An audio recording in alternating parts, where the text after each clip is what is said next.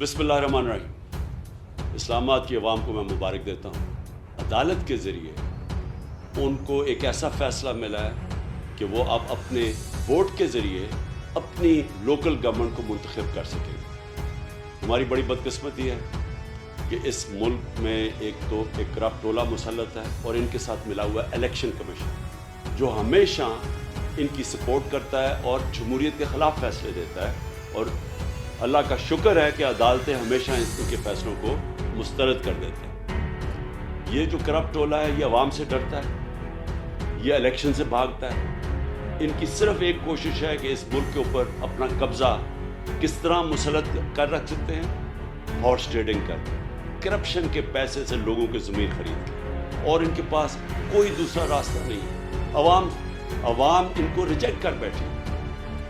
میں اسلام آباد کے لوگوں کو خاص طور پہ آج تاکید کرتا ہوں کہ آپ نے بھرپور طریقے سے کل کے الیکشن میں شرکت کرنی ہے, اور مجھے امید ہے انشاءاللہ کہ آپ اس کرپٹ ٹولے کو شکست دیں گے.